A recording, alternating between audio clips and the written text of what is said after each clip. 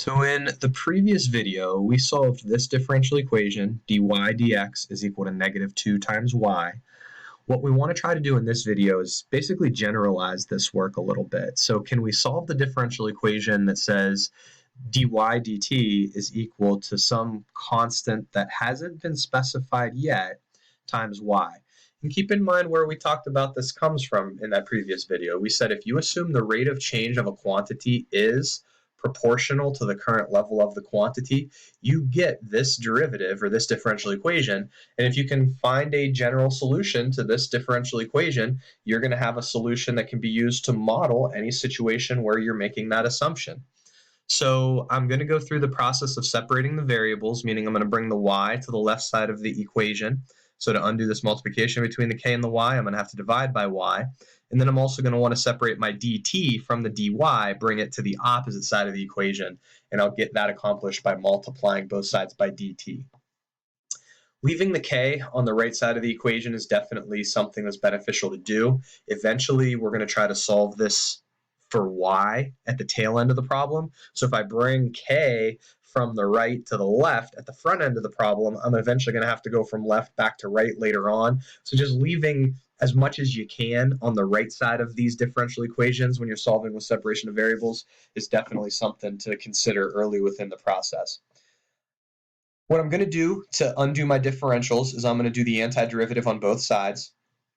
So when I do the antiderivative of 1 over y with respect to y, which this can be written as, I get natural log of the absolute value of y.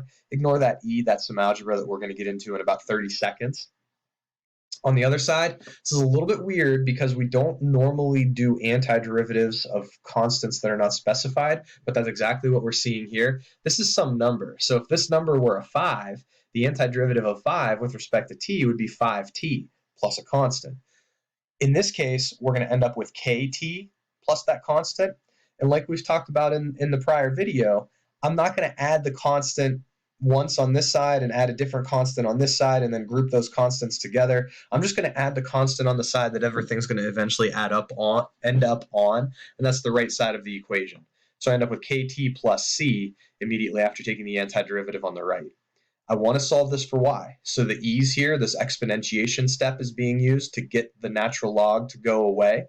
I do still have the absolute values, right? E to a power can only ever be positive, so the left side of the equation has to have the absolute values remain, so it can only be positive as well. When I see addition in a power, I can re-express that as multiplication of like bases.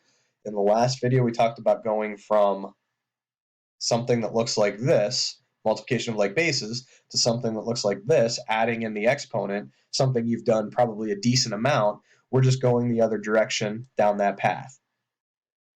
E to a power is only ever positive. E to a power is only ever positive. Right side of this new line is only ever positive. Therefore, the left side needs the absolute values to remain so that it's also only ever positive.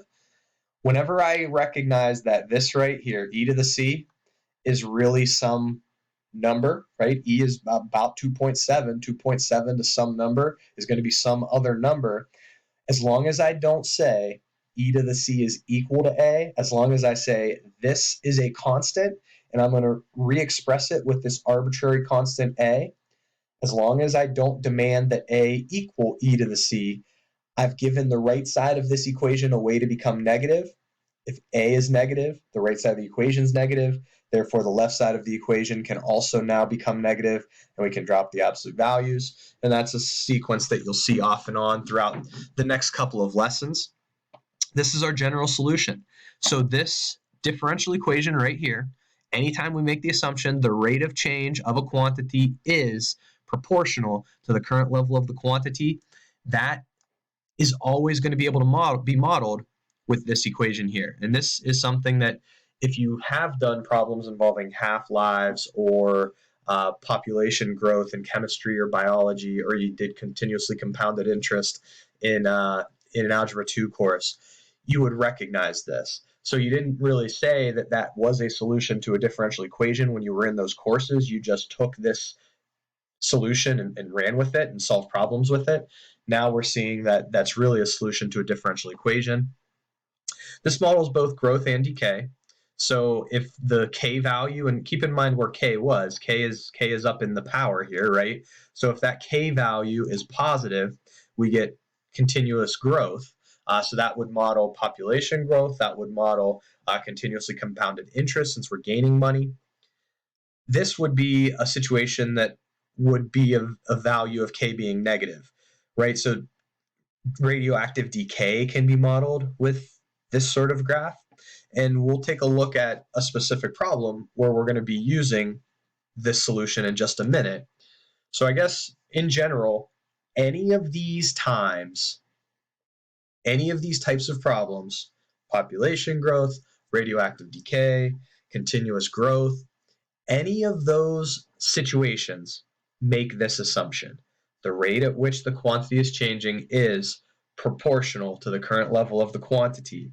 Any of these situations can be modeled with this general solution that we just developed. So when we do problems that involve these issues, we're going to not necessarily solve the differential equation from scratch every time.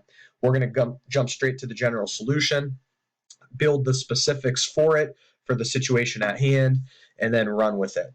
As you make your way up through more advanced science work, engineering coursework, anytime you're making an assumption that involves a rate of change and a differential equation arises from that rate of change, solving that differential equation gives you an equation that can then be used to model whatever scenario you're considering. So in this last screen for this video, we're going to take a look at this problem here. So if you read what we have going on, we're told that a bacterial culture is going to triple in population every 5 hours. We're told the population is initially 200 cells.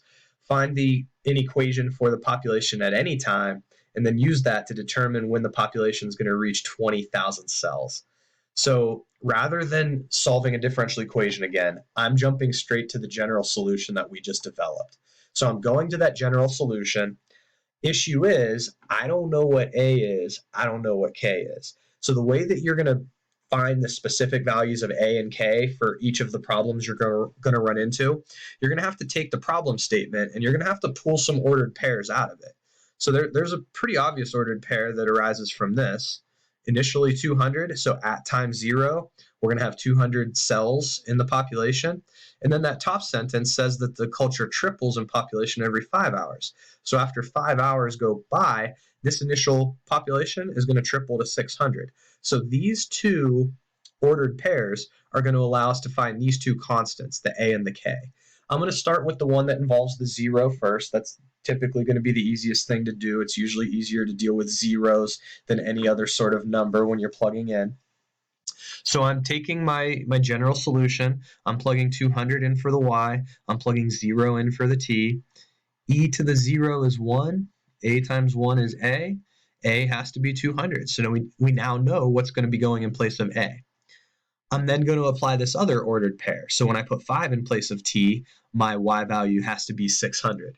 So I put 600 in place of the y. I put 5 in place of this t. And I also put the value of a that we just found, 200, in place of the a.